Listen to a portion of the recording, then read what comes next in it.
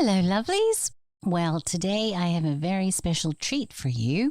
We are not going to do a normal Magic Works poddy today. Instead, I am going to provide for you a edited version of a soiree that we did with Chance Gardner, Brad Klausen, and John Sieracki, all of the Magical Egypt series. And we are going to be talking about the fascinating subject of incubating epiphany. I hope you enjoy it. But in my opinion, it's the same thing with like thinking about the Egyptians as this death call. Is that if you look at the stuff that they were focusing on about accessing enlightenment or states of consciousness, that's about today and real life and living. That's about existence and being here. It's not about some afterlife that I'm going to go to. It's not about some life that I maybe lived before this. It's about right here and now and how I can utilize this stuff. So when I think about this idea of trying to understand the science or whatever that is, it's just trying to understand how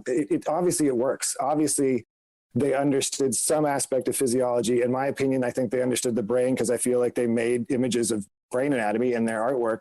So to me, I feel like there is a real way to show that this isn't tied to faith-based anything, to spirituality. It's not, it's just something that you can do that allows you access to information, and you could have an epiphany. And maybe that epiphany is, I need to write that book tomorrow, or I have some figured to some problem in my own life or something like that. Or maybe that epiphany is I figured out free energy. And then the way that you have that hypothesis and that theory is then you test it and other people can replicate it. So if you have an epiphany and other people can replicate, then we all get to use it.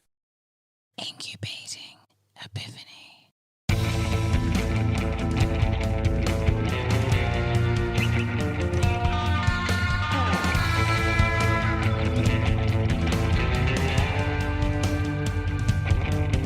Hello, everyone. All right, so let's kick this off by asking, Brad, I loved it the other day when we were talking about the idea of incubating epiphany and the fact that the ancients seemed to have figured out how to do that. So do you want to explain to the audience what you mean by incubating epiphany and why you think the ancients have figured it out? Sure. If you go back into ancient Greece, they were doing dream incubation. And they had sleep dormitories where you would go to and you would have a ritual and you'd purify and you'd give an offering and you'd go. They were to Asclepius, the god of healing. And you were hopefully going there to have a dream. And if Asclepius or a serpent came to you in the dream, that was supposed to be somehow that they told you how to heal yourself. And if you didn't have Asclepius or a serpent visit you, you'd go tell the priest of the temple what happened in your dream, and they would try and interpret it for you and give you medicine and heal you for it. And these Asclepiarians or sleep dormitories there were hundreds of them. They're all over the place. So, and people have written academic books on dream incubation in ancient Greece. And I think they say they know at least in Egypt during Ptolemaic times, they had it then as well. But there's also this idea of whether or not there was divinatory incubation, which was not just for healing, but to sort of commune with the gods and to speak with the gods.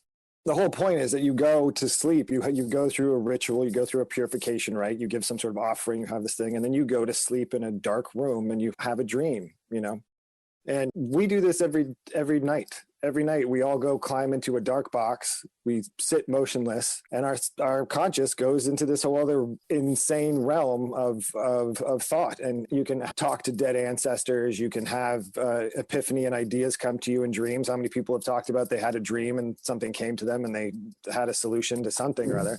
So we do this every single night. We do the same sort of thing. And I think the case can strongly be made. And especially if you look at like Jeremy Nadler's book, Shamanic Wisdom in the Pyramid Text, where he talks about the Sed Festival, which was this festival in Egypt, which was the renewal of the pharaoh. And it happened like every 30 years. And they just big ceremony sort of thing. But Jeremy Nadler talks about the secret rites of the Sed Festival. And it's basically the same thing. A person goes through a ritual. They go through a purification process. They go into the temple, they sit in the Holy of Holies, they sit in a dark room, they're potentially wrapped up like a mummy or embraced or made so that they don't move. And they have an experience, and you're supposed to commune with the gods, and you're supposed to speak to the gods. And then the great thing about Jeremy Nadler's work is when he talks about in those pyramid texts, that there's often this mention of the words rise or wake up, that this isn't about the afterlife, that this isn't about somebody going to speak to the gods in the afterlife. This is about somebody having a divine incubation, incubating these states of gnosis. Every time I look at all of this, that I've been looking into this, it seems to me that that's what human beings who've been seeking answers and seeking knowledge have been doing throughout time. And that's why they would go into caves, and you have these shamanic rituals deep in the darkness of the cave. And it's fascinating when you think about that the temple is laid out in the layout of a human body, right? And there's this whole thing is about focus on the body, go into the body. The body is the temple. So you literally, in a sense, walk through the temple, which is the body. You go up into the Holy of Holies. You sit in that dark room, and through that idea of going through the importance of the body, you then remove everything about the body and go into an external, remove all the external things and sit in pure darkness, and you don't move. And all that you're left with is your thoughts and your consciousness. It really seems to me like that all of the people were all seeking the same thing. They're all seeking Sophia. They're all seeking truth. They're seeking Ma'at. They're seeking Gnosis. They're seeking wisdom. And the way that they did that was to go into a really dark room, remove themselves from all of the surroundings. It's sort of that interesting thing in Hindu temples too, where you have the idea of the mountain and the cave, which is what the pyramid is. The pyramid is a mountain with a cave inside of it. And you go in there and you're just left with your consciousness. And in the event of, or through the practice of what these priests would have done, they're able to access these states of knowing. And I think it's not this idea of these religious ideas or any of that sort of thing, or afterlife or preserving bodies and stuff like that. I think a lot of to me anyways, it seems to me that you can make a really strong case that if you have dream incubation in ancient Greece, that you can make the case for divinatory incubation, or what I refer to as incubating epiphany, and incubating those states of wisdom or knowing. Divinatory brings with it religion and all that baggage of that stuff. So I'm always trying to strip everything away to that core idea of gnosis and knowing and states of knowing, because therein lies truth and information that you could bring back into the real world and manifest and show things, So to me, that seems to be the way that you could even get to academia and get to people to say, regardless of what you think about spirituality, regardless of what you think about these ancient civilizations, these human beings were just as curious as we are, and they figured out how to incubate states of epiphany. And that's how they're able to do the things that we can't figure out. And it's really not that complex or complicated or even remotely woo-woo. It's just basically practice of honing the body and refining the physiology of the body and focusing all of your whole attention to this thing, and then going and sitting in a pitch black dark room and not moving, and then add on top of it some sort of crazy entheogen or psychedelic perhaps, and you're going to experience these other levels of knowing and the other complex levels of your brain. So I think, to me anyways, when I look back at these mysteries, they're in my brain somewhat solved, in that they were trying to incubate epiphany. They were trying to get in touch with this sense of knowing, and whatever you want to call that, whatever you want, but I think we can show that that's what they were attempting to do. And not only attempting to do, that's what they did. And they were able to bring back knowledge and information and build temples and move stones and to do things that people couldn't do, That's brilliant, Brad. Well said. And what a fantastic term, incubating epiphany. To put that into context, in season 2 of Magical Egypt, Brad presents a series of work that shows these correspondences between the temple architecture and the human body. And one of the things that makes Magical Egypt different than academic Egyptology, academic archaeology, is there are really 2 major models upon basic premises, first principles, that we fundamentally differ from Orthodox Egyptology, in that there is a remarkable character named Schwaller de Lubicz, who did a bunch of really insightful study into Egypt from a symbolist perspective, and from this basic starting principle that they were much smarter than we're giving them credit for. And in fact, that the progression of civilization has been sort of wave-like, and we find ourselves in a much lower place in the wave than ancient Egypt. And so this, for some reason, does not have legs. It's hotly contested to the extent that Schwaller proved it in Egyptology. And Schwaller, when he was younger, actually was on site in Luxor when the world's most famous Egyptologist at the time, Adrian Drieton, I believe his name was, started getting more and more bothered by Schwaller being on site and kind of showing them all up, and actually producing some really fruitful work when the rest of Egyptology was coming up with nothing but riddles. And he uttered this famous statement, let's erect a common wall of silence around Schwaller de Lübeck's. And to a certain extent, that still is prevalent today, that anyone who talks about ancient Egypt from the basic standpoint that they were more advanced than we're giving them credit for, and that we're less advanced, less intelligent, less intuitive than people were in the distant past, it doesn't work with their paradigm. And so it's instantly dismissed, and you're called a pseudoscientist. And that might be one of the defining factors of what they mean by pseudoscience, is that you are looking at things based on presumption or a presupposition that they were smarter than us rather than the opposite. So in all of Magical Egypt, we are providing the voice for this other camp that gets much less media attention than the orthodox view of history. And in series 1, we sort of unearthed a riddle. In series 2, we began to address the riddle, but understanding the riddle is different than solving the riddle. And in the attempt to really get to the bottom of this giant question, this giant riddle that Egypt presents, that how did they know all these things? And what was the point of this? And why were they so smart? In series 3, we're talking about what seems to be the answer to all of these riddles, which was a certain series of practices or states, sort of paralleled by David Lynch nowadays, that the creative and the intelligent genius is the one who's able to perform these old arts on your inner landscape. And rather than constantly chasing exterior stuff, Egypt represents a technology for building the inner temple. And the other defining feature of Magical Egypt is it's an aesthetic study. It's kind of a forensic reconstruction of the aesthetics of ancient Egypt to demonstrate that it is actually in the art and the aesthetics of Egypt that they explain themselves. And not only that, but they transmit a technology that's still viable and is still as important as it ever was, far more intelligent than any kind of mechanical or physical technology. And that's what we've been excavating. That's what we're digging up and brushing off with our little toothbrushes, is this ancient science that reconnects us to ourselves, that I sometimes call the owner's manual to the human psyche. To continue to develop that, do these things still exist? Do these practices still exist? And they certainly do. We see this in the grimoire tradition that's come up from Egypt, from the Ptolemaic times, up into Greece, and then up into the Roman Empire and throughout Europe. And of course, being Christianized along the way.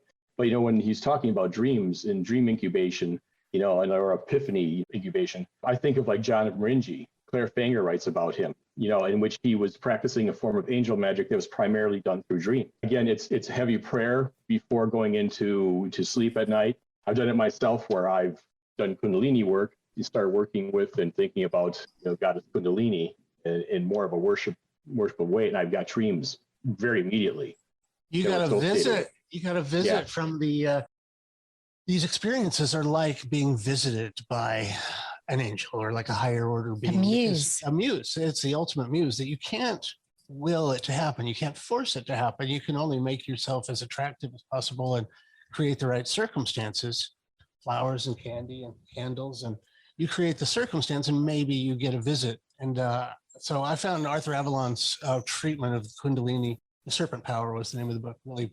Yeah, to the point too about like the said festival, I think the thing that I come back from all of that is that you find out that like that said festival is all about the rebirth of the pharaoh, or this idea that the old pharaoh is now part of the new pharaoh, and it's all about rebirth. And you keep coming back to that that ceremony over and over again, that something dies and something new is born again.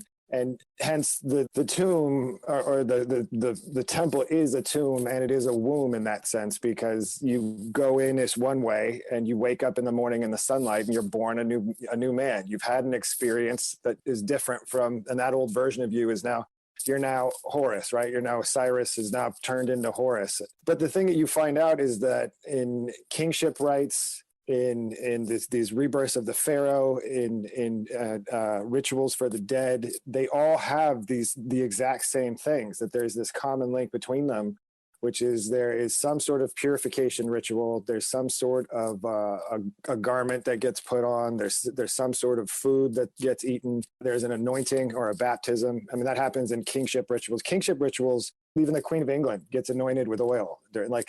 Wow. There's Oh, and the interesting thing is when that happens to Queen Elizabeth, they hide it. They hide the anointing through some just sort of like, I think, covering it in some sort of way, which to me again implies that Bill Donahue thing, that the anointing is happening hidden. It's inside the brain. It's a physiological process. It's not like Bill Donahue says, if you just put oil on your head, you're just going to get an oily head. But there's something that can be said about all of these rituals for the dead, for the king, for the new year, for rebirth. They're all the same.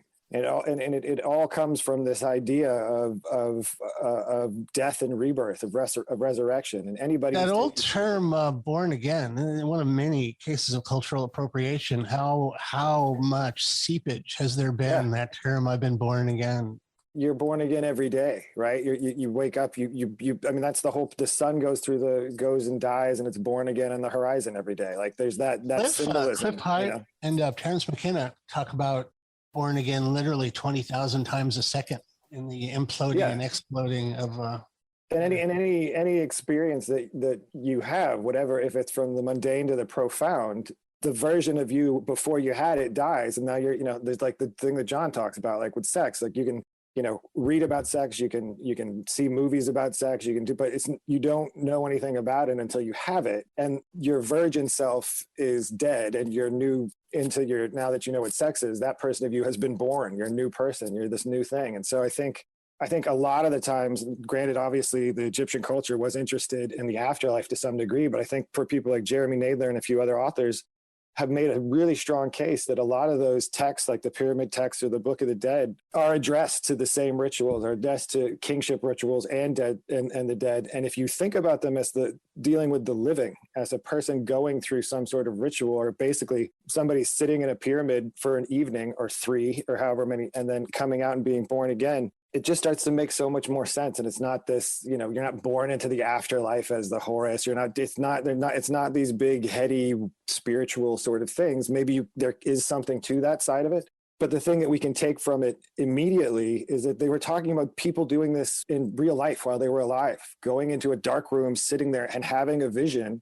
Chance, you talk about like artists, what we can do and other people can't really do.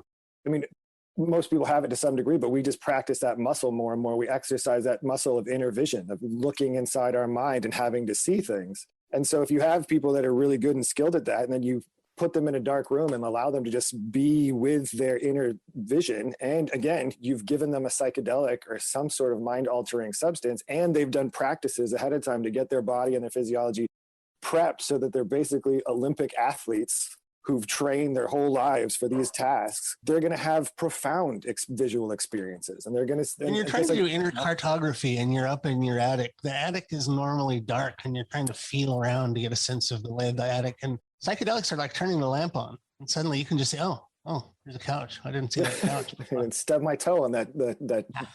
But it's not just psychedelics, is it, John? No. As a matter of fact, going back into the Stud Festival and that too, there's some things I think that are easy to miss. When we talk about the clothing in particular, you look at the tail, on the shirt that the Pharaoh's wearing, that is a bull's tail. It's associated with the symbology of the Apis bull. And the bull was primarily known for his power, his sexual prowess, for his strength. And this is most certainly what the Pharaoh was supposed to be doing, to connecting with the netters and bringing back down. But I think that there was certainly, when we look at this idea of Kundalini and it being encoded in Karnak, most certainly it had an understanding of the anatomy of spirituality. At this point, I believe that there was something there. And even, as Nadler talks about in the book too, there are several instances of sexual imagery that come up that stand out in my mind. But in there too, we look at, some of the symbology, that's inside of the chamber during the Sed Festival. Bobby's penis is referred to, a baboon god. His penis was 2 things. It was the bolt to the sky, which to me is sexual imagery that with a buildup of whether it's sexual tension or sexual retention, this is important in many different places. His penis is also the mast on the ship that takes the soul to the sky. So this shows that we have sexual imagery in multiple places. Did you know that part of the reason for the symbolism of the apes, the ape of Thoth and Bobby that you just mentioned, when the sun comes up, apes get an erection. Yeah, and they worship the sun. So that was one of the elements. Yeah. Oh, sure. It was one of the elements that caused that to be symbolic. And lotus flowers, oddly enough, open and close in response to the position of the sun. But I always thought that was really interesting. I told that to Lon one time in the British Museum, and Lon said that's That's called going ape shit. Thelema is a solar, talking about Milan. Thelema is a solar phallic religion. That gets pretty deep, but most certainly that's the part of it. We also see that later on when we talk about, say, Solomonic arts, the Solomonic evocation arts. There's periods of number one, of sexual abstinence, ritual bathing, purification, and depending upon the magician involved, the karcist or the operator, you may or may not get a manifestation. Generally, things will happen anyway, but the fact is that there still has to be a period of abstinence. To me, this speaks of, again, buildup of sexual energy. Okay, so I'm hearing sexual energy and talking to netters and talking to muses, but I'm wondering, what is the actual caliber of information that I can get if I do all of this? In some ways, that can be a very practical thing. If you look at most grimoires, books that deal with spirit work have a spirit catalog along with them, as well as the ritual itself, all the invocations, curses, the whatnot, the materials you need, the weapons, the dress, the whole bit. And the catalog, though, usually contains, again, a description of the entity. Sometimes a physical description, how you'll first see it, and then other things that it does. This one is good at rhetoric. It gives good familiars. This one can create love between enemies. This one can destroy enemies. This one can do this or that. Some of the things seem very, very mundane. basic. Yeah. Finding things that are lost. Harewood talks about ones that know where buried treasure are. There's whole books. There's whole books. Oh, yeah. And there are modern magicians that do that. Sorry, Brad. Oh, I was just going to, I didn't mean to cut you off. Venice, I think the point you asked is what information is available or what's there. I like I said, I can only ever speak to my own epiphanies and my own experiences, and those are almost probably 98% induced by psychedelics, and but I've had profound moments and I've had profound experiences in that. And I think it's the same thing is if you went and talked to a quantum physicist and you were a freshman in college, what information would you get from him that, a graduate student, depending on where the person is who's looking for information is going to be what you're going to be able to grok and what you're going to be able to understand. And I think I know too, from like with psychedelics, the bummer or the kind of the good thing about psychedelics is you might be hoping to have some sort of wonderful epiphany and some sort of profound insight and to understand the universe or understand things. But meanwhile, you still have the thing you're going to learn on that trip is that you're still cynical, or you still have issues with your parents, or you still have issues with this unfound relationship. So before you can get to these higher levels of understanding, you still have to work through your own basic impersonal shit that's going to come swelling and tsunami like flooding towards you when you take those things. And like I recently, I had taken some acid weeks ago or a month ago or something like that, and it was really interesting to me because I had such a wonderful experience where I wasn't in a state of my life where I was stressed or I was worried about anything. And I didn't have any like inner work or shadow work. Not that I'm perfect or anything, but my mind was just available. Yes, yeah, my mind was just available to think about bigger ideas and to not only that, to like talk about like that visual mind's eye thing when your whole visual field now has this whole other dimension of movement. And I can now visualize things and I can make them move around and do stuff. And this part of that idea of like, you're hallucinating, but I can manipulate the environment, not in real life, but in my mind when I'm watching it, when I'm seeing. I can basically have a screen of reality that I get to paint with, and it's moving and it's interacting with me. And so I think the information that is out there is for whoever is the person who's going, whatever life you've lived, whatever you've gone through, whatever thing, even though there's universal archetypal information to be had and universal truths that affects us all, each individual person on that journey is going to have, we might all come to universal beliefs about things and go, oh yes, I saw this too, I understand that, but you're not me and I'm not you, and I didn't grow up with your parents, and we all have this individual thing that makes us unique at the same time universal to one another. So I think whatever information is out there is for the person to have to go find it. And you have to go be confronted by it. And to make a dumb Star Wars analogy, if you're Luke Skywalker and you go into the cave and it's Darth Vader and he cuts his mask off and it's his face, it's whatever is going to be available to you, whatever you're open and willing to, Christopher Bache one time talked about this learning and the stuff that he goes through having those 72 or whatever high dose massive LSD, LSD trips and studying that stuff.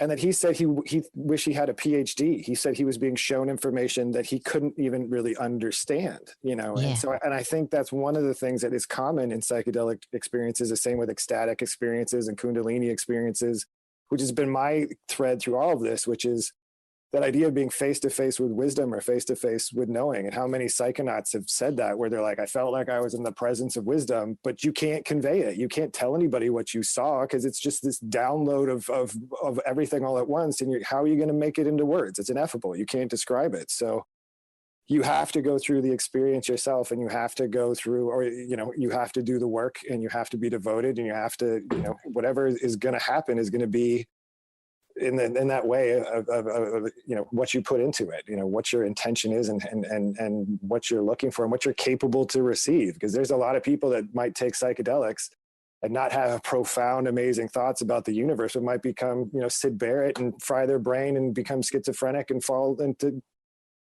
you know, chaos. So I think it's the spectrum of what's available for you to know, and what's out there, you know. And like I said, I think that's the thing that every seeker throughout time has been seeking, is wisdom and knowledge, and Sophia and Mott and truth, and you know, and so you have to go find it, you know. The lovely thing about psychedelics too is that you might not get the trip you want, but you're going to get the one you need. Yeah, right. Yeah. And that's, you know, it's a good segue as far as practicality when it goes into it. Some of these things, like what I was just segue from that and show the correspondence between that and, say, grimoire magic. You know, these beings have a certain ability state to find love. Okay, that's one of them. You know, but yet if you're a 400-pound guy who is living in his mother's basement, and you haven't worked in years, you know, you want to date supermodels. You know, it's like the intelligence you bring up is going to say, we got some work to do. Yeah. You know, it's like, wow. It's not going to be. There is always an assumption. When we talk about pacts, the idea is that you have a role to play in this. I can help you get better at speaking. I can help you, you know, at this particular thing. But it's not how people imagine. It's not a finger snapping experience. And anyone read in the modern magicians who have done this, you know, they realize that it's a process that you go through. You know, in other words, you're expected to keep up your end of the bargain. And if you don't, it falls apart. You know, so really it's transformation. You know, all of this is transformation in one direction or another. So. Yeah, the path is narrow. What's that? The path is narrow and easy to slip and fall off of. Yeah, right. Absolutely. Speaking of what the voice is like, when you were asking what caliber of information, what the voice is like, I find there's a very specific characteristic. Jung calls this, by the way, active instead of passive consciousness, that you kind of meditate and praying is sort of like picking up the phone and telling God what you want. And some people meditate by just, you know, quieting everything. But if you talk to consciousness and allow it to talk back to you, or you talk to these higher, whatever order, higher dimensional, higher order beings, and they talk back to you, there's a particular voice in my head when I'm looking for creativity, especially entheogenically induced creativity.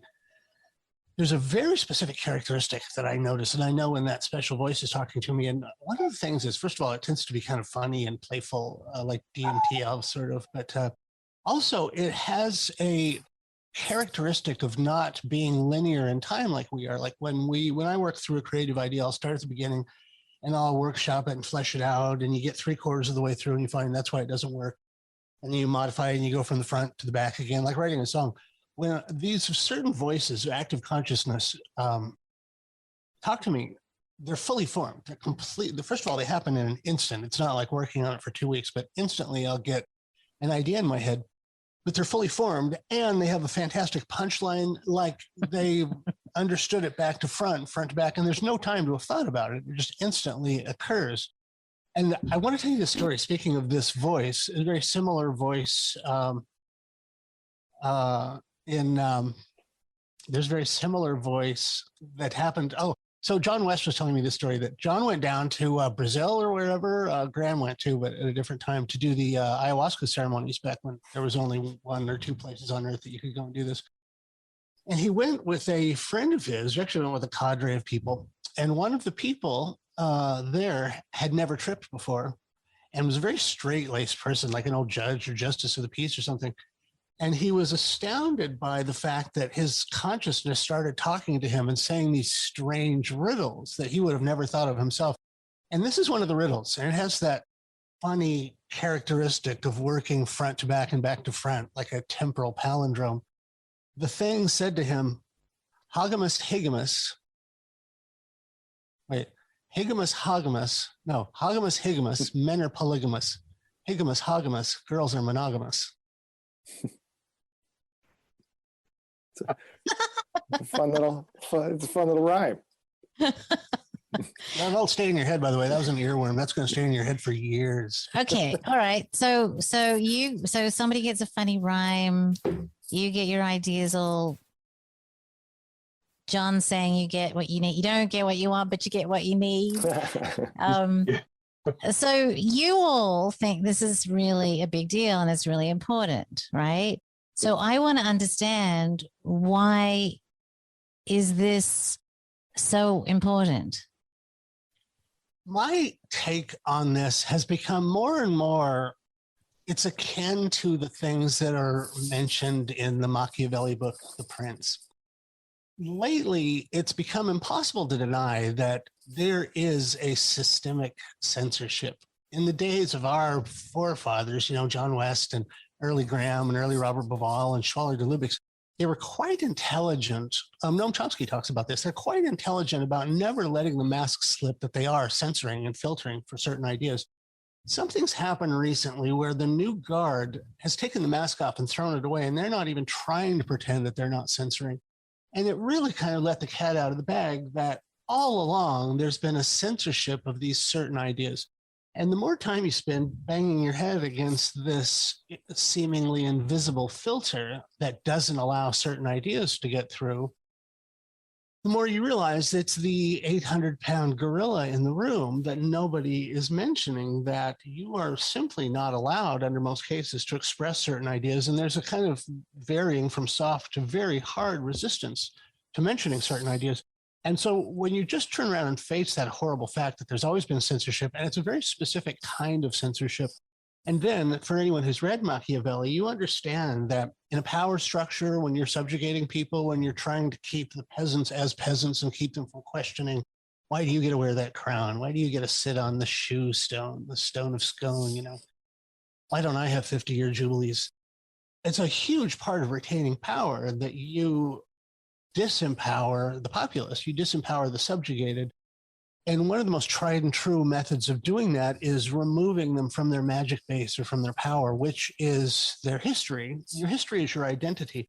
But also, why is Kundalini so suppressed? Why is something so important as what Brad's discovered in the temples and what John's talking about, what the whole series is about? Why is something so important as Kundalini completely withdrawn and erased from our modern Western culture? And if you look at this sort of pessimistic viewpoint that part of cohesion of a kingdom is keeping the certain layer of people down, all the people at the bottom of the pyramid stay where they are, and all the people at the top of the pyramid stay where they are.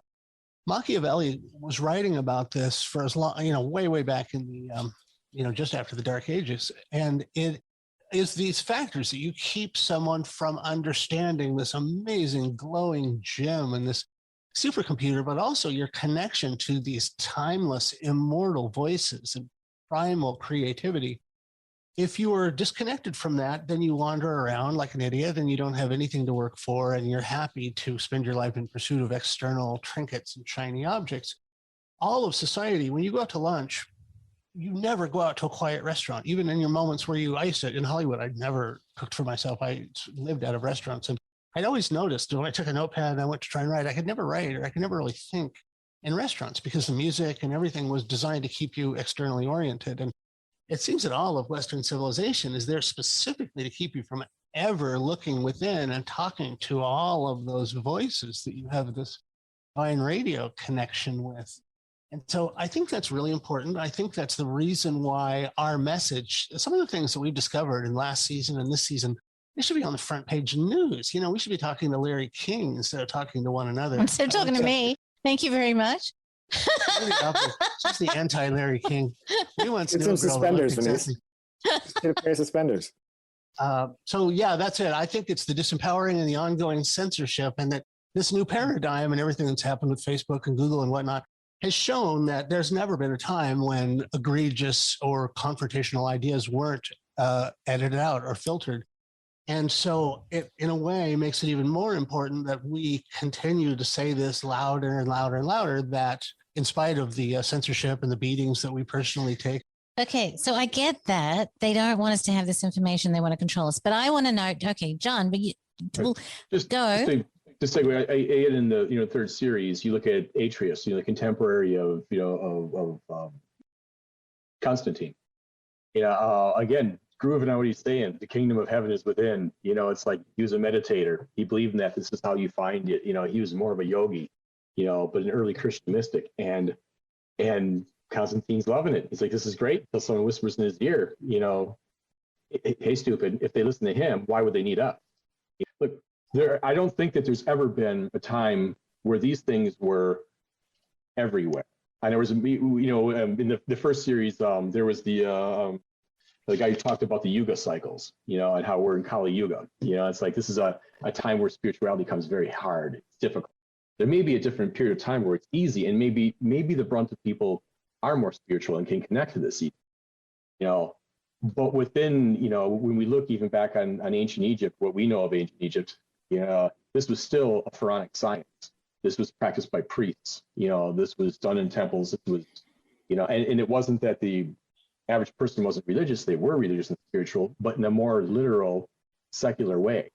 So these things, as far as the raising of Kundalini, I don't think has ever been a common thing. I think that to an extent, the average person is very happy, to go to work to make money, to get toys, and to keep that cycle going.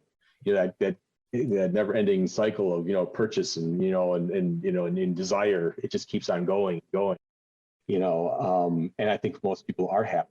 It could well be, if we take reincarnational cycles seriously, maybe that's what they need at this point. I can't say, but for some people, I think that all of us here, all four of us, we've had questions our whole life. I know I did. From early on, these are the things that fascinated me and made me wonder. Everything from from the paranormal to UFOs to anything that was out of the ordinary or out of that perceptual bubble that we're normally live in. As a society, was where I loved it. It's at the edge. You're shamans of a new era. We live at that edge of society and reinterpret what's happening. And look back in the past, look forward to the future. For some people, you have to. It's where you are. But it's one of these things. Yeah, it's non-physical. When you talk about that, people can wrap their head around it. That's why when they looked at something like Egypt and saw these things that looked like tombs, there's obviously something that looks like a casket inside of these, these pyramids, though they've never found a body except for one of them, and it was a transplant. It was accepted by archaeologists. It was transplanted there later. But of the 100 and some pyramid complexes that were used for the Sen Festival, they look at them, they look like tombs, no bodies, but they look like tombs. You'd bury someone in something like this. And this has got to be about a fascination or not a fascination, but an obsession with death. And that's what it was reduced to. But that's what we do. We are in a materialist, reductionist society, and we have been for quite a while. It's a great way of redirecting us and saying nothing to see here. I saw this amazing thing, an old saying, there's three things you can't hide. You can't hide the sun, you can't hide the moon, and you can't hide the truth.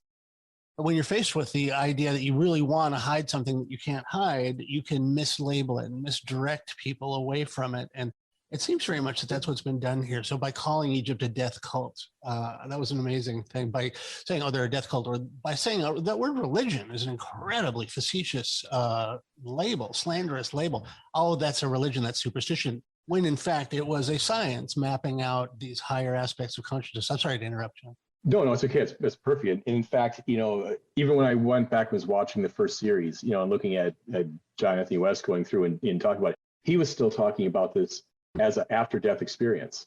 Despite the fact that even going back into the 19th century, we had like M.W. Blackton. He was in the SRIA, which was Florence Farr's group in the Golden Dawn. They were the ones who were specifically really focused on Egypt. He was supposedly in contact with an Egyptian initiate and everything too. But he was writing about that. He wrote the mystery of the judgment of the soul, which again it was an examination of the Book of the Dead, like the Papyrus of Ani, and looking at saying, no, this is even back then in the 19th century, saying this is an initiatory path. This is for the living to perform. So this idea is not new. This happened again, because Egyptology was really born in the 19th century, starts with Napoleon, I love like Jeremy Nadler when you read the pyramid texts, right? If you read them the other way, it's clearly a shamanic rite, right? Like it's just, we make all of these assumptions. I've got this like terrible analogy that I'm using right now, which is imagine that you grow up and you only live in a bedroom and a bathroom. That's your whole experience. You've only ever seen a bedroom and a bathroom. And then somebody takes you into the kitchen and they're like, this is where you wash vegetables. This is where you bake vegetables. This is where, and they're like, what are vegetables? What are vegetables? And isn't this just another toilet, right? Like, you know what I mean? There's just no conception of cooking or preparing food. Using the sink the wrong way. Yeah. But you know what I'm saying? It's like you try to put what you know into a new perspective, and sometimes it can be completely wrong, aka this is not a toilet, this is a kitchen sink, right? But they both hold water and water goes down, right? They have completely different uses. And so I think that when you start looking at the pyramid text going the other way, then it clearly is more of a shamanistic. And as Brad said, it probably was absolutely used for death, right? But it was also absolutely positively used for life, for when you were alive. I mean, you can use a dark room that you meditate in to put a corpse in too. Oh, yeah. Well, the interesting part too is I don't think the Egyptians had the same concept, of we tend to we have the misfortune of living in the post-Aristotelian world, where everything, and I'm saying this as a former librarian, we love our taxonomies. We like to be able to organize things and know how to find them later on. That's our strength. But taxonomies are limiting, our ability to describe, because everything in Aristotle is description, things. But yet when we describe, oftentimes we separate, and we create these separations. But I don't think that the Egyptians suffered from. The concept, the reason when you look inside of these things and you see what looks like, and you see these things that could be an afterlife experience or a shamanic experience, they could be both. And I don't think they made a distinction between the two. The assumption of why these were, because now we look at actual coffins, the coffin texts. These did go with the kings and the queens into death. They were buried in them literally. But this is almost to say this person has walked this way. They've walked this way in life, and now they walk this way in death. It's a very different outlook. If you looked at it, in any other way, you could see that you did think he was a massive egotist. But that's, again, our perception, looking back on Egypt, instead of seeing what they were most certainly a theocracy. They were heaven on earth. That's what they look to do, is to recreate it here. So. Beautiful. Okay, so I'm getting that the ancient Egyptians had access to information that we don't have easy access to today for one reason or another, right? Whether it's our paradigm or whatever. And I'm still waiting to understand if we have access to this information, how does this help?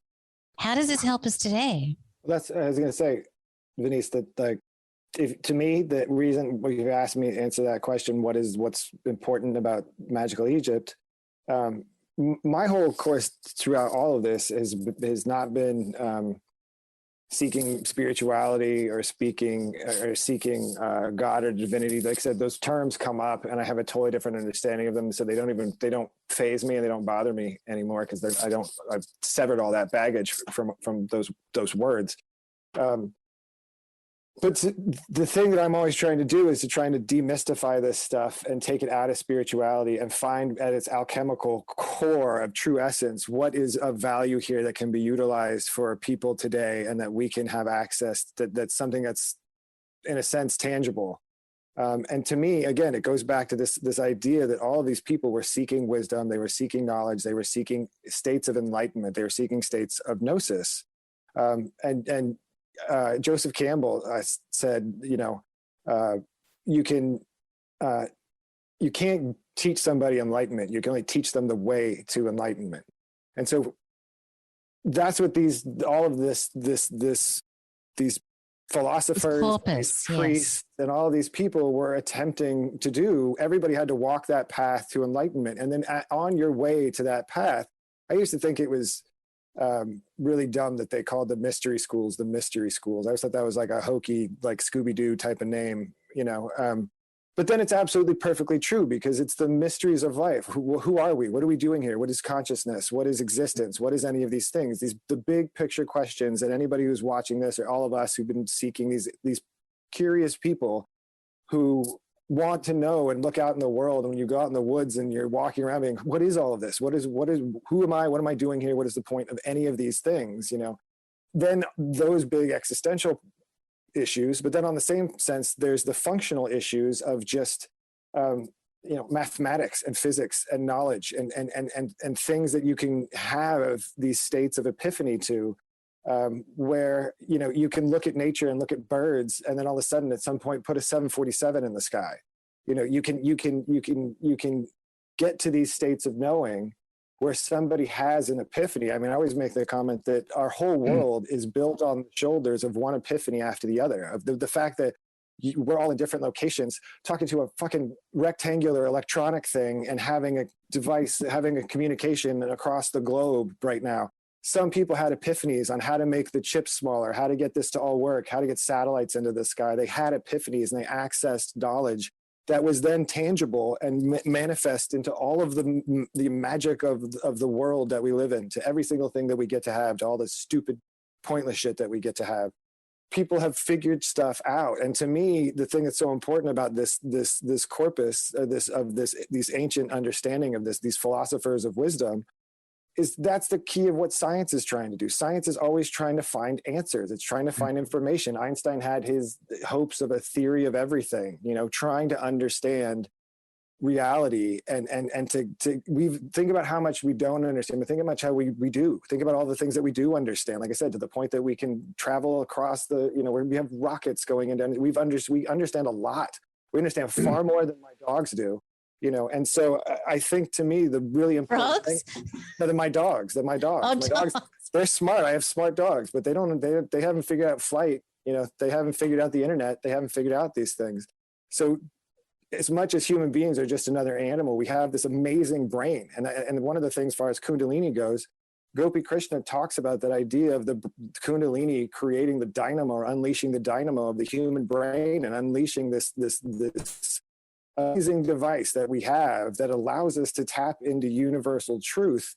And so, to me, the thing that's most important about this is it has nothing to do. You can, if you're a spiritual person, if you're into magic, if you're into any sort of esoteric sort of stuff, you can glean whatever you want from this. But for the average regular person, to say that there's actual ways that you can get information. We don't need to continue spending billions of dollars making artificial intelligence. We can make human minds intelligence, because we can tap into the cosmic internet of intelligence that allows us to understand not just things, but ourselves, and to understand, hopefully someday, to understand consciousness and understand who we are. So our ancestors built gymnasiums out of these temples for the mind, for gnosis, for seeking these things. They built their own internet out of stone, basically, and they go ask the oracle. They go ask universal truth. How do I get healed? How do I do this? I have questions. I want to know. Tell me these things. And then you go out there, and all of a sudden you understand fractal geometry, or you understand something. You understand things that are applicable in real day life. And so the unfortunate thing about Egypt is it's tied with all this spirituality, and it's tied with all this other stuff. So when you look at like the academic world and trying to accept this stuff, there's religion, there's spirituality. And like I said, my whole thing is to try and demystify all of that and take all the symbolism out of the art and take all the mysticism out of it and go, no, there's actual, real, applicable shit that happens when you just sit in a dark room and don't move. But then if you do all these other things in the same way, that I like snowboarding. I haven't been forever, but I go snowboarding because I enjoy it. I'm not going because I'm an Olympic athlete like Shaun White and I can do acrobatics and soar through the sky. I'm just going. So you would have all these philosophers and sages and priestcraft who were the Olympic athletes of contemplation and thought, and they figured this shit out and they encoded it in this amazingly brilliant way. And they encoded the ineffable in things that are an analogy, and trying to say, I can't explain this to you, but here, I'm going to show you a way that you're going to try and explain. I'll show you an analogy. I can use shape, I can use form, I can use all of these things, and I can express these things. So our ancestors, at least the priestcraft, the people that were the artists and the creative minds, not the general population. Because what do you need to have an advanced civilization? You only need a handful of advanced people. None of us are making the technology that we're talking on. We're all just using it and get pissed off when it doesn't work, right? So all you need is one Imhotep, and then you just need people to understand his vision and say, I understand how to do this. We just need a team of people, and this is how we're going to make this all of this work. So if you think of all of the philosophers of the past as these Olympic athletes of mental Olympic athletes, and they built these mental training facilities, we can apply that same knowledge and understanding that they did through purifying the body, through purifying the physiology, through understanding the hormonal cocktail that is better suited to generate these states of enlightenment and these states of gnosis. We can understand through looking at artwork about virtue and vice, about how that our emotions affect our whole physiology, and about the way that the sexual energy and the sexual fluids come into play with all of that stuff. And we can start getting to a point where you can make gymnasiums for the mind. And there's a part of me that feels like they should have these programs at universities or MIT. You could take this knowledge and say, hey, for your graduate program, whatever, you're going to also do, it's just the same way you go to the gym to be healthy. We're going to do these other training things for you, and your mind's going to expand. And like I was saying, so what we'll do is we'll start MEPT, Magical Egypt PT. Yeah. You can be the instructor. Well, both of you two can be the instructors, because we're not. Because let me be devil's advocate. So I don't know. I guess that when it comes right down to it, people have gotten themselves in trouble with the idea of trying to make the esoteric scientific. Crowley tried that, and the grimoire purists, of today hate him for it. In his introduction to the Goetia, it was translated by Mathers, and Crowley published it because Mathers thought it was too evil to publish. So in there, he said that, look, he was appealing to psychologists. He's like, these are parts of my psyche. If I call it this being, I'm trying to deal with this. I'm trying to get better at mathematics. I'm trying to get better at rhetoric. I'm trying to do this. So he assigned them to different parts of the brain. And it's saying that this is what this truly is. This is a psychodrama like every other psychodrama, of ritual magic. And that came then to be known as the subjective and objective, models of spirit. Some people think it's all in your head, And look, I think, John, what's going on here is like why when Brad said, I'm trying to take the spiritual out of it, right? And Chance did this. And I'm like, oh, I don't, first of all, I'm not sure if that's what Brad meant.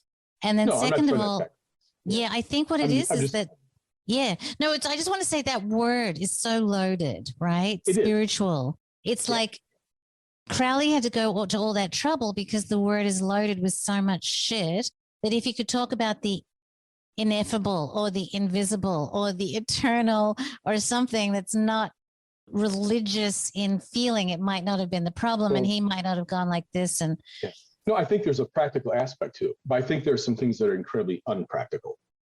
I think that some of the higher aspects of this, don't have anything to do with practical living. I really don't. I think we live our lives a lot differently. Can we remain the diehard materialists that we are, and still practice some of these things?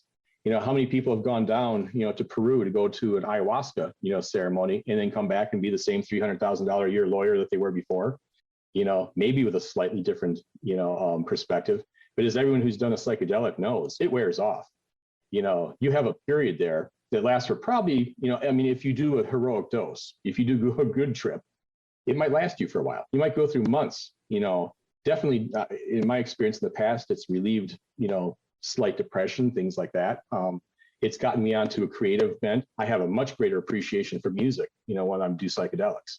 There's times where I'm more visual than I am audio. So if I slip away from that, I can all of a sudden just stop listening to music for a period of time. Psychedelics will bring me right back into that, where I have an appreciation for things, maybe by allowing the hemispheres of the brain to talk more. There's something else going on there. So I think it makes our lives maybe there's more texture to life, with these things in a practical sense. You can live better that way, but I just think that ultimately what we're talking about and what the Egyptians were encoding, is not completely practical. It's a completely Brad different kind of modality. talks to that as well. Like Brad's got the whole thing. He's identified the whole process in the art, and he's like, I'm not doing it because cookies, for a start, right? So, cookies is there, but also, ladies, I love ladies. Ladies and cookies. Ladies and cookies. I'm good. I'm all I want. If you're gonna tell me I'd like to dedicate this stuff, podcast. I'd like to dedicate this podcast to my one true love.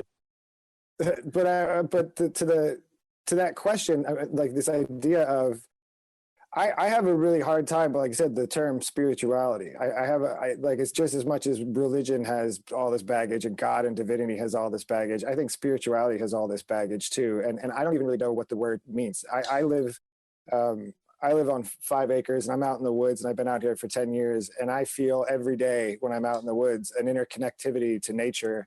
And I feel a compassion and awareness of everything. And I see these bigger things. And the times where I do take a psychedelic, that amplification, that hippie cliche, I'm one with everything, that feeling of love and that feeling of interconnectivity is absolutely amplified and is amazing. It's an amazing feeling. I don't describe that to me as me being like, well, now I'm spiritual. I don't think of it in that way. I think of it as me just being a part of nature. And maybe you could call that spirituality, you can call it whatever you want, but I don't know what that word really even means. And I think, like I said, I'm not seeking spirituality. I'm not seeking some sort of higher level of spirituality where I'm ascending or doing something. I'm seeking enlightenment. I'm seeking gnosis. I'm thinking. But that is it.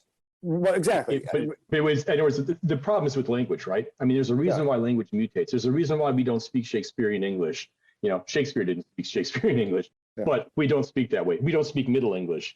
Our idiom changes, the way we use language. And I think a good portion of that is because words get tired. Let's look at the word love. I mean, what's love got to do with it? Things like that. This is in our culture where people have gotten sick and tired of certain terms because they get overused. Yeah, if you get this idea, you're reacting to the word spiritual, but yet you're explaining a very spiritual thing. You go out and become one with nature. You start realizing all these different things are coming in and the beauty and the incredible complexity of nature.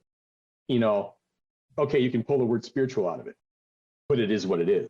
And there's a semantic issue that I really get about just those words. A very well said point, John, about how certain words get tired and certain words have baggage. And I used to kind of get in arguments with John West about every time I'd say science or scientists, he'd spit in venom and he just hated scientists.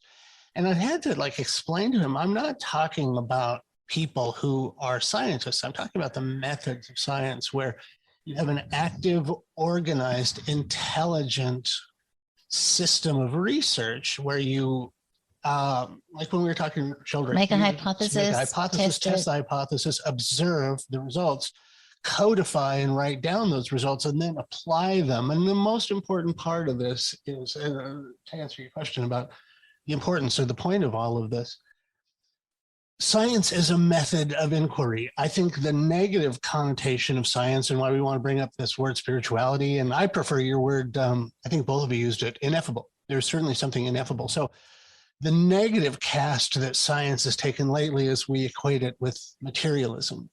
But you can explore the ineffable, you can explore the non-material aspects in a scientific way. So I think when Brad and I are talking about science, we are talking about an organized, intelligent examination and search, because religion, I mean, one of the tent poles of religion, the spine of religion is don't question it. Don't ask questions. Don't ask uncomfortable questions. Don't dissect it. Don't pull it apart. That's why I got kicked out. Venice got politely asked not to return to her church when she was young. That's a badge of honor. I was a naughty girl. And so I think we all know there's something else that you can't question. We're not allowed to question. One really good litmus test about whether something is a science or a religion is whether you're allowed to question it, whether you're allowed to suggest intellectual possibilities that might be alternative to the model that you're presented. And that's when guess what? You've got a religion on your hands. You're not allowed to question. And that's the thing at times where we've seen it over and over again too, among the scientific community, where they weren't allowed to question. Even the man who discovered, Pangea. It's like the whole idea that the continent spread. They laughed at him. He's like, "Look, I've been going all over the world collecting rock samples and over these things fit together." And they're like, "You're nuts." Here came World War II and sonar technology and mapped the bottom of the ocean floor and said, "Holy shit, this thing's spreading." Oh yeah.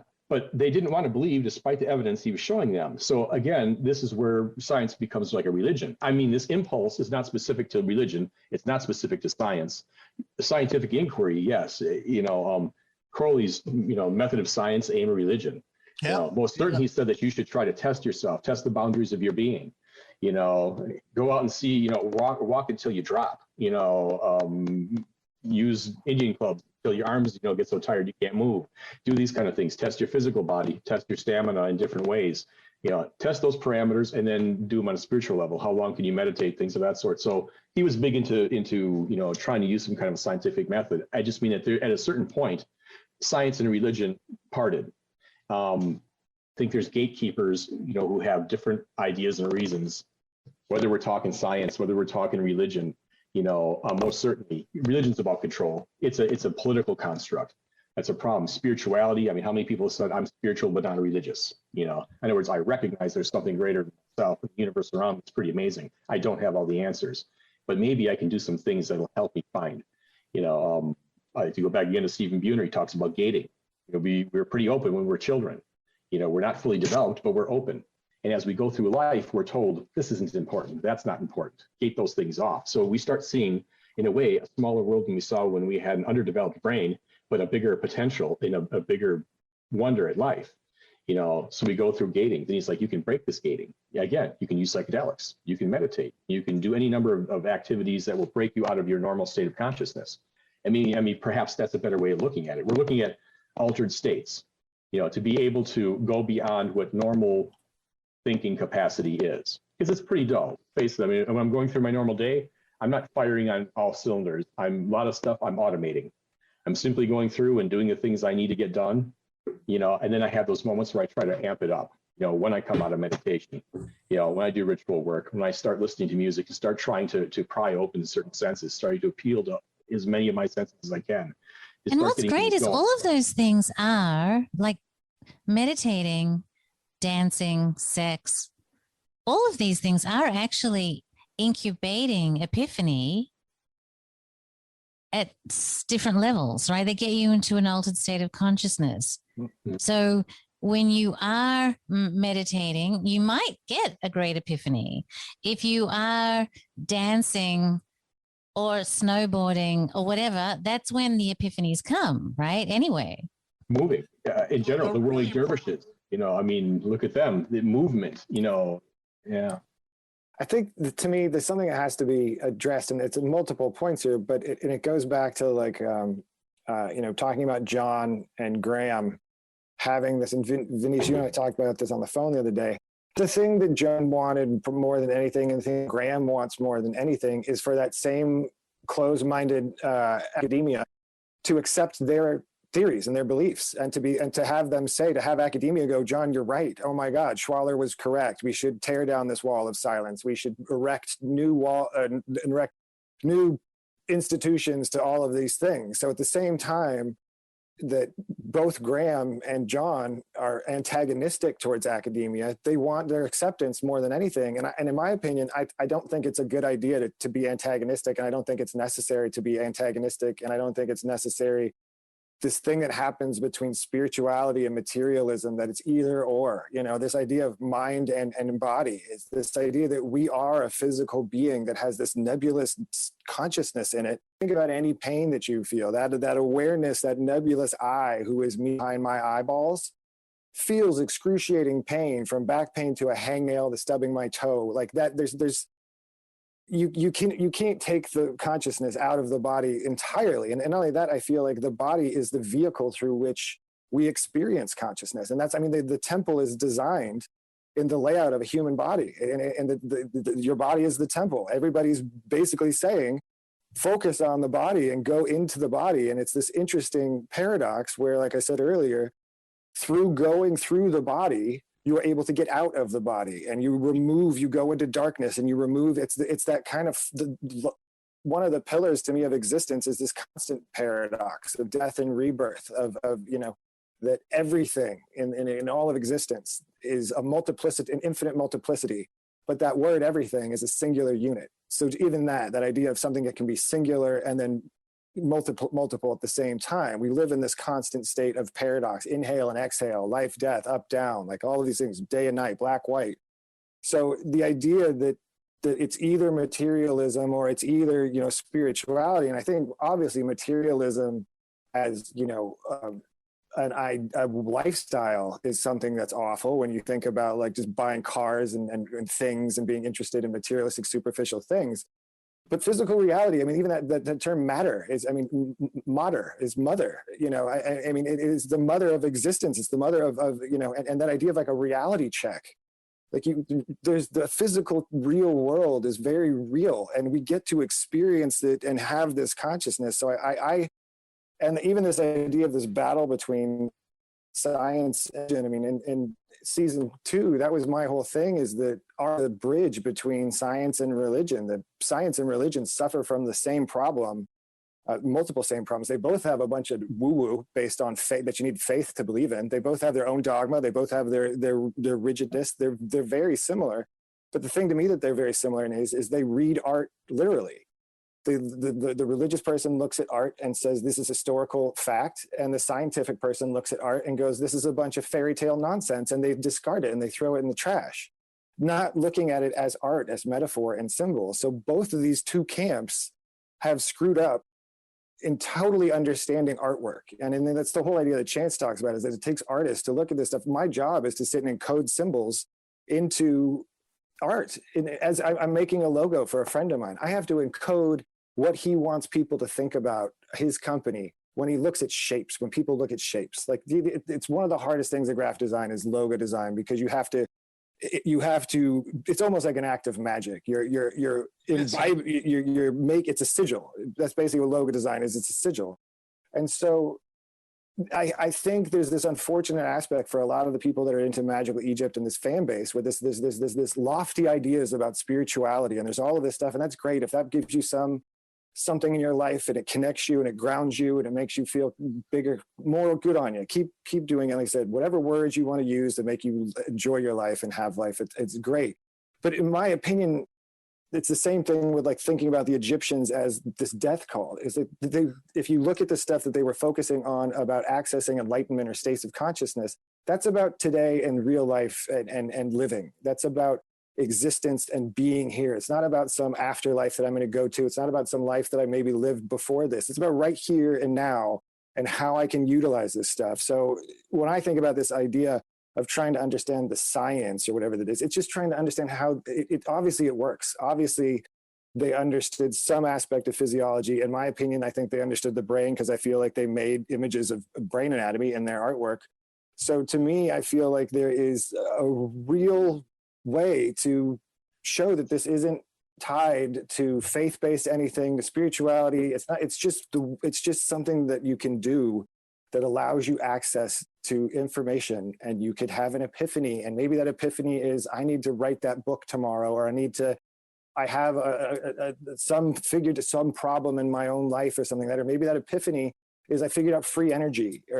And then the way that you have that hypothesis and that theory is then you test it, and other people can replicate it. So if you have an epiphany and other people can replicate, then we all get to use it.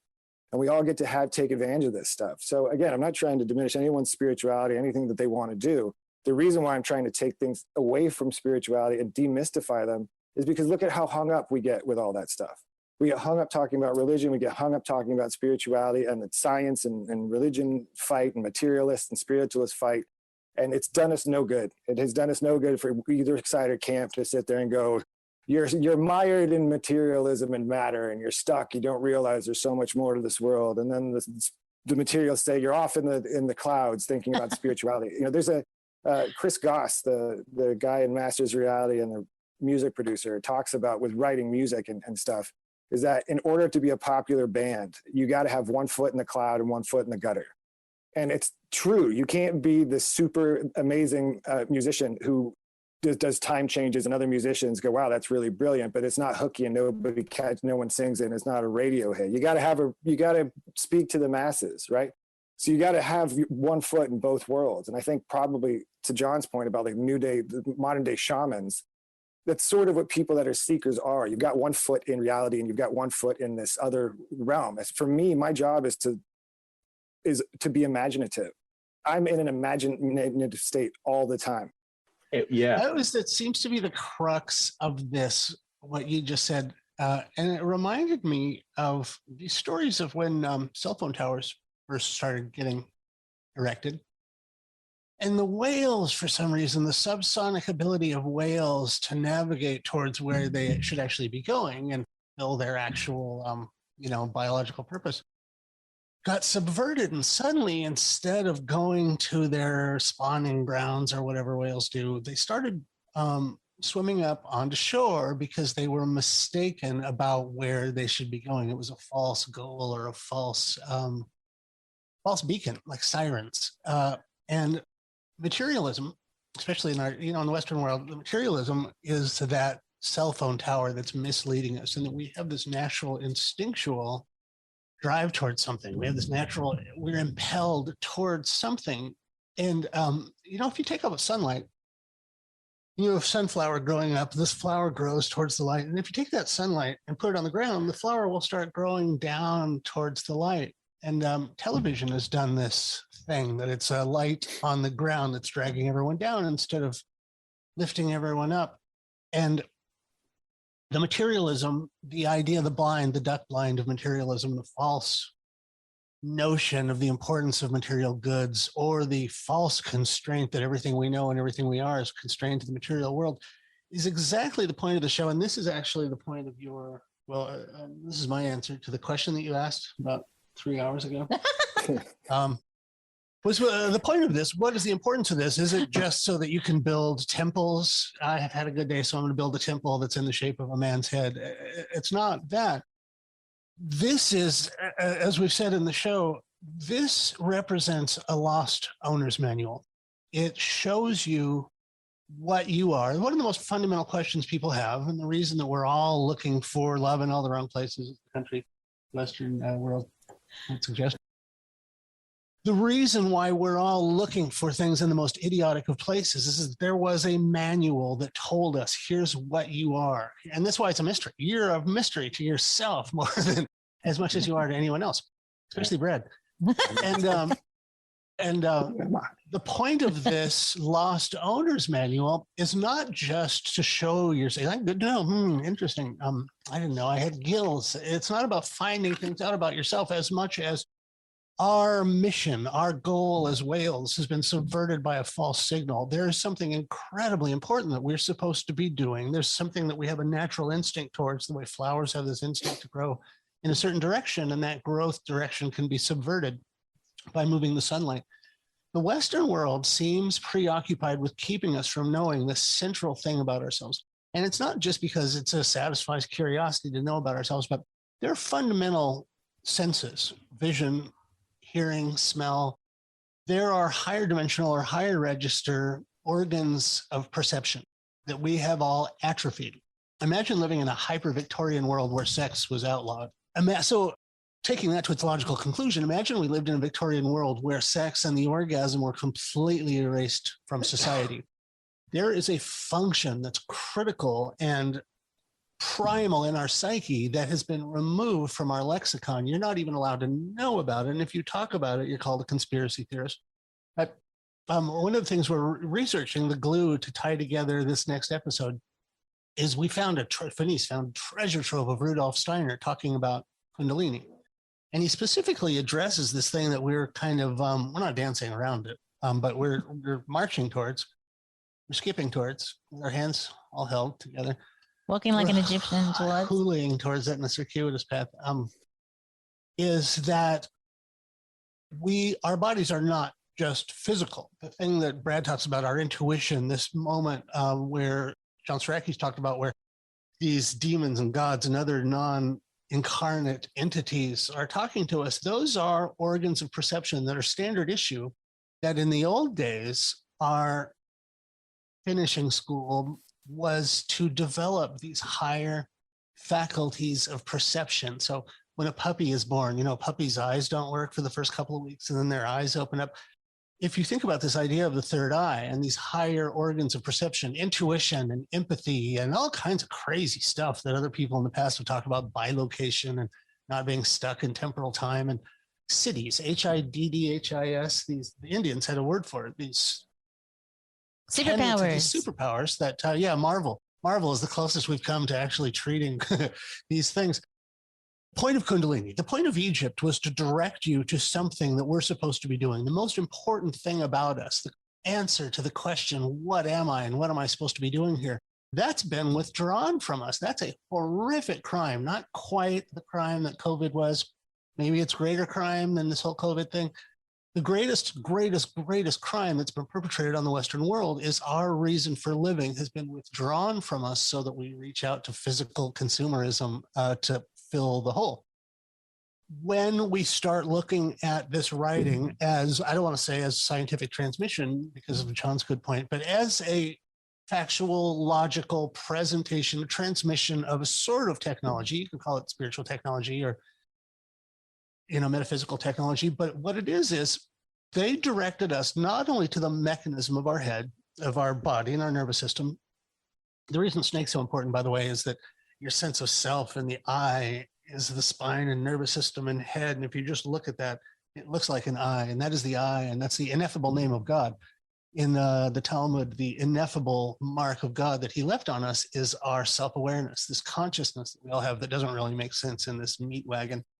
So from these, not just ancient Egypt, but from a lot of old cultures, the Buddhist, the old Hindu cultures, all the old cultures before this Christian overprinting and kind of intellectual bullying and this whole idea that we're seeing with COVID, that you must not question it, you must not bring up points that are outside of the accepted canon of discussion. There was something incredibly important about us, that we are not fulfilled and we are not finished until we understand that we all have this cosmic trigger in the exact center of our heads. A lot of Egyptian fashion draws attention to this thing, and the Atef crown and all the stuff that Gary found and all the stuff that Brad pointed out. The reason why it's important to know this exact mechanism, this trilogy, this magical trilogy of Horus, Set, and Osiris, is a pineal gland, the pituitary, and the thalamus.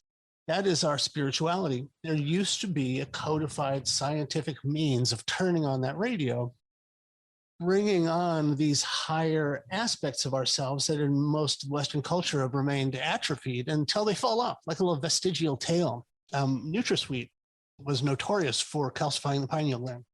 And the Western diet, Doritos, and I probably shouldn't mention products, but so much of the foods that we are all brought up on are pineal gland killers. Cookies, in particular. Cookies. Those chocolate chip cookies. Chocolate chip cookies. Those are little chunks of hash. Where's mine? Oh my God, I haven't eaten a cookie in so long. I have a new kind of porn. I'm just going to watch Brad eat cookies. You notice you can't see what my hands are doing right now while I'm watching you eat that cookie? Chance is on day 4 of a fast, actually. He hasn't eaten for 4 days. You can tell I'm wasting away to nothing. So the point of this is, it's not just to build a temple. The temples were not just to find out some curious, interesting facts about ourselves, but there's a fundamental aspect of our destiny as humans that involves activating and bringing online this mechanism.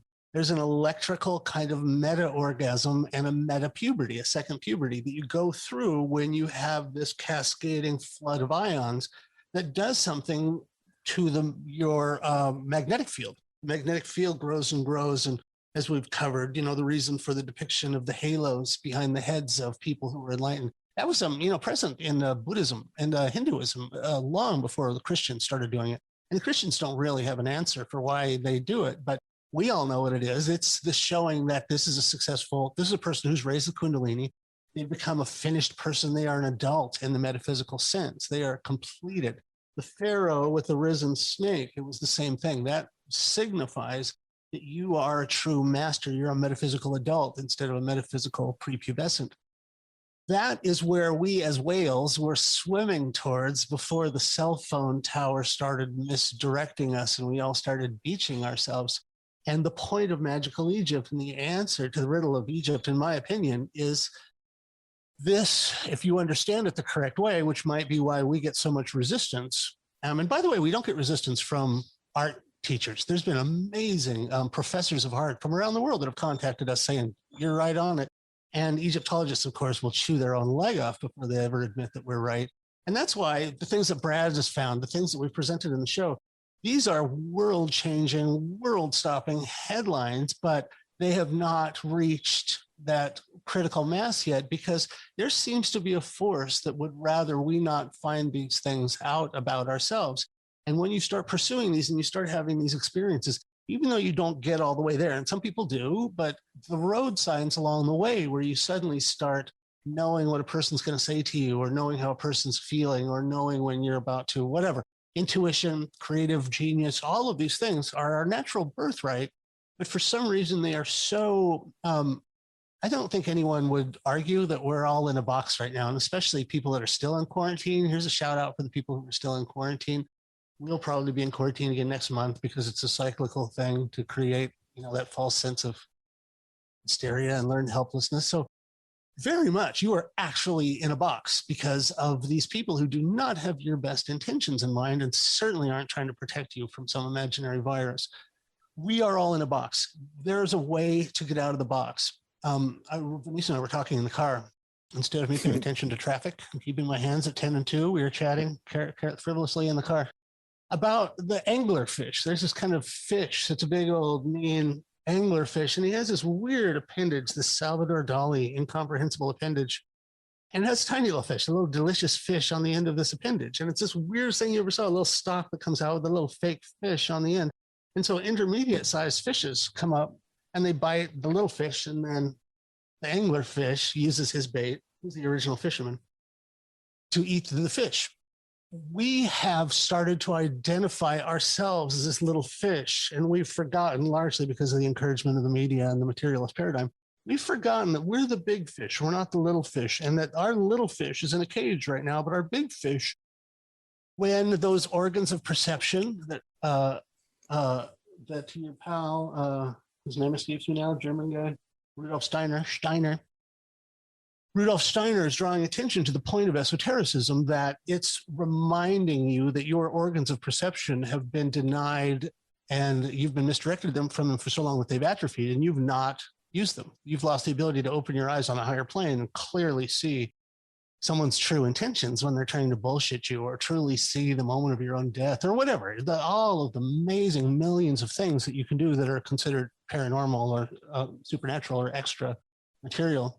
Those are our natural birthright, and our identity and our direction in life were taken away when those things were taken away from us. So the mandate that we have, and the thing that impels us, I don't mean to speak for you, Brad, but the thing that certainly impels me to do this show is this is an incredibly important thing, not because of it solves a argument, not because it gives us approval from academia. I agree with you that the saddest thing about John and the whole group is that they thought it was a level playing field. And if they just presented the information they found, then Egyptology and academia would go, oh, I bow to you, sir, touche. And it was never going to happen because it's not a level playing field.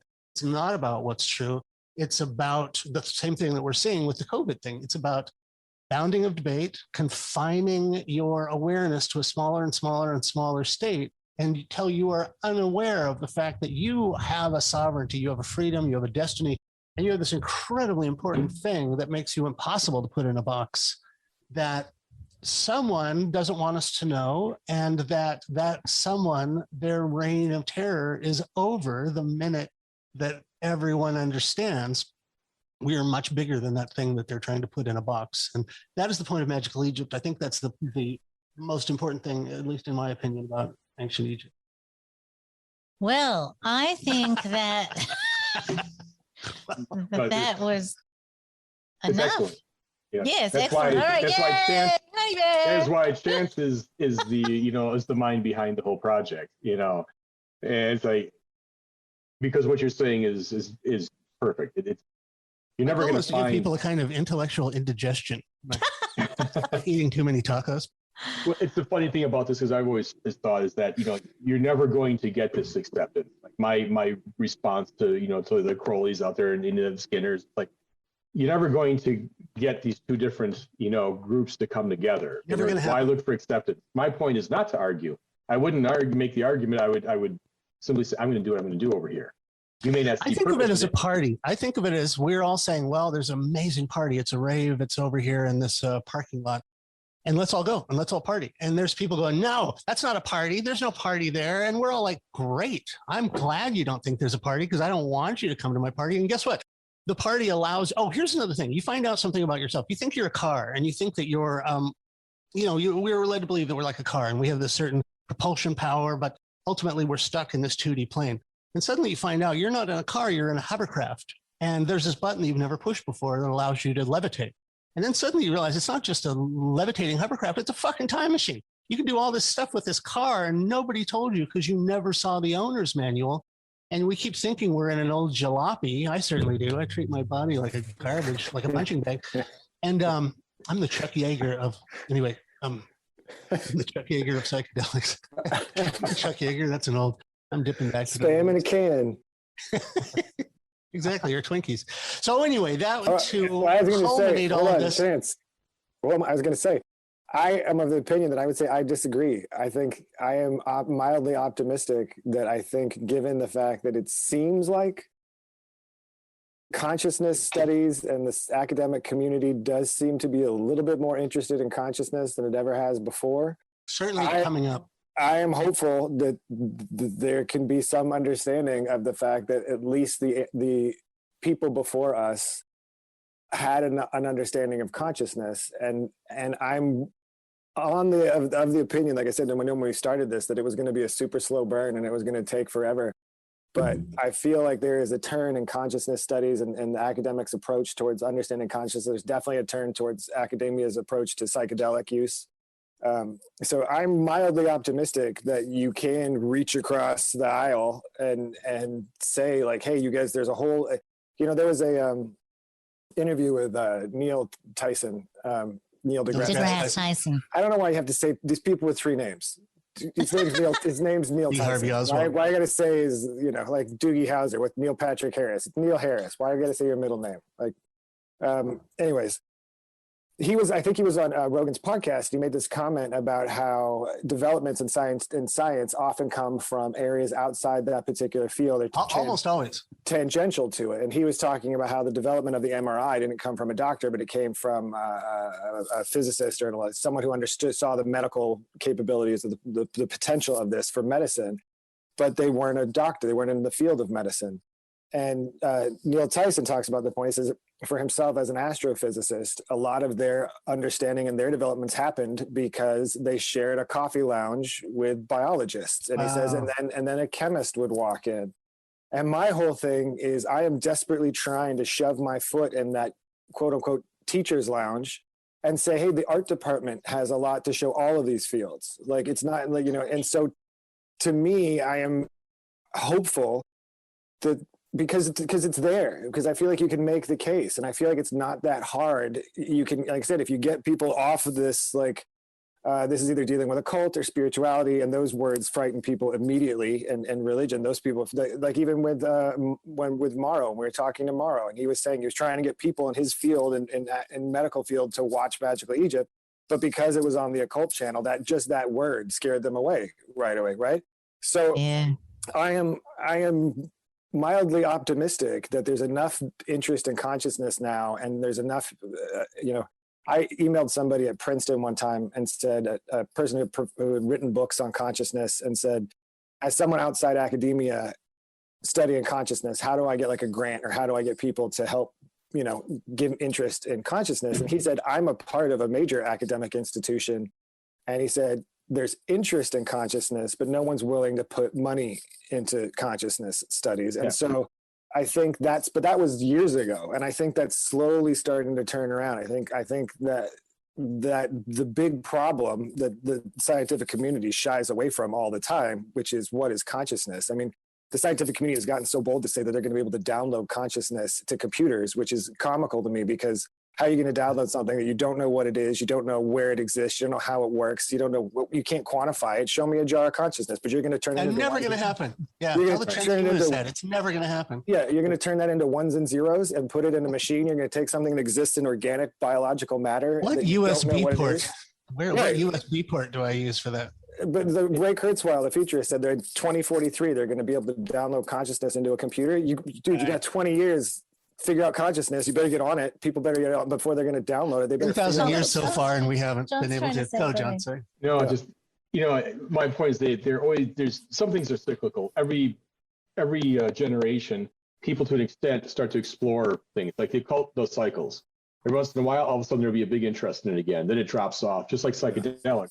Yeah, I'm 50. I'm days away from 54, and I'm like, and I still do psychedelics. So I'm like, Timothy Leary, I loved his saying, reject final forms. It's like that's right. That comes right before death. It's like when something hits final form. So don't hit a final form. Keep going. But I have friends who I did psychedelics with when I was 20 who won't touch them because their life is so circumscribed that kind of shock, they just can't take it. They wouldn't. Yeah. I'm like, come on, you've got to shake those girders, once in a while. And when it comes to other things, always thinking about every time you get hopeful about the scientific community coming out with this. Again, I'll play devil's advocate. When it came to psychedelics, we ended up with nightmares like MK Ultra, where all of a sudden they were saying, psychedelics. What kind of a nightmare can we turn this into? Is this a truth serum?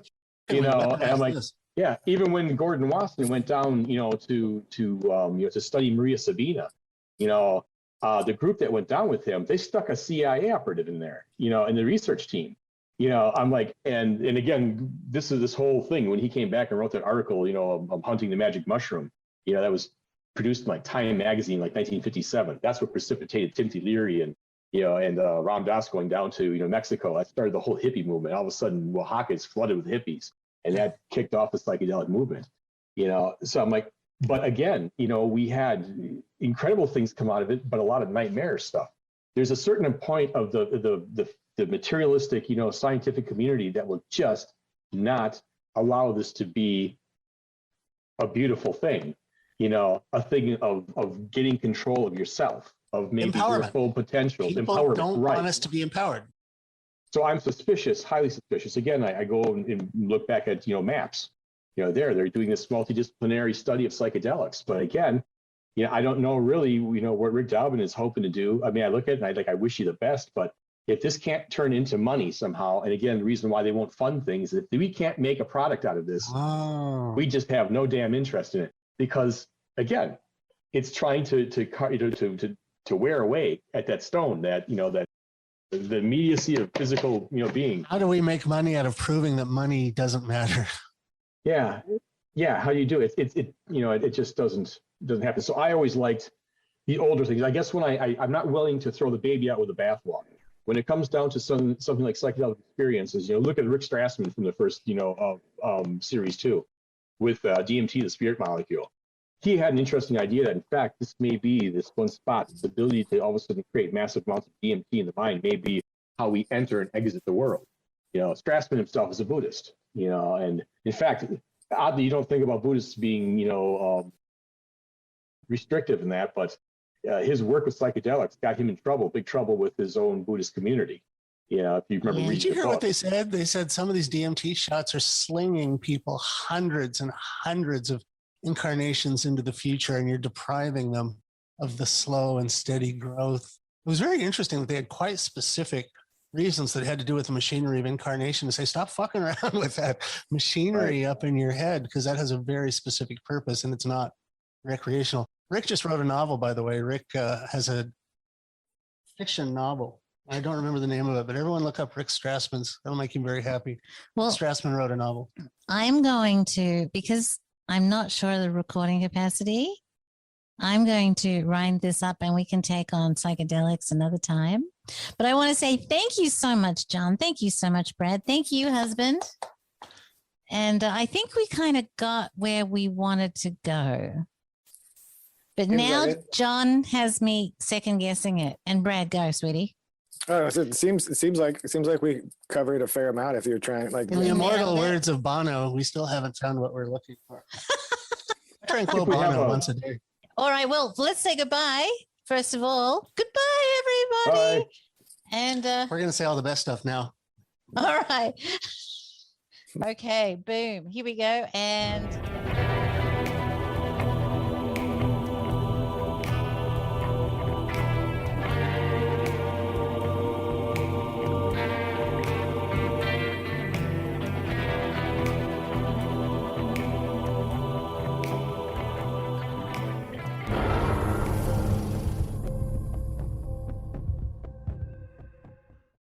more soon, lovelies. And in the meantime, I just wanted to let you know that the Magical Egypt Black Friday sale is now on, with 50% off of all of Magical Egypt products, including the 3 Magical Egypt series, The Great Work, sexual alchemy of the Thoth Tarot. So if you are looking for a Christmas gift for a loved one or even for yourself, now is a great time to check out the Magical Egypt website. Visit www.magicalegypt.com.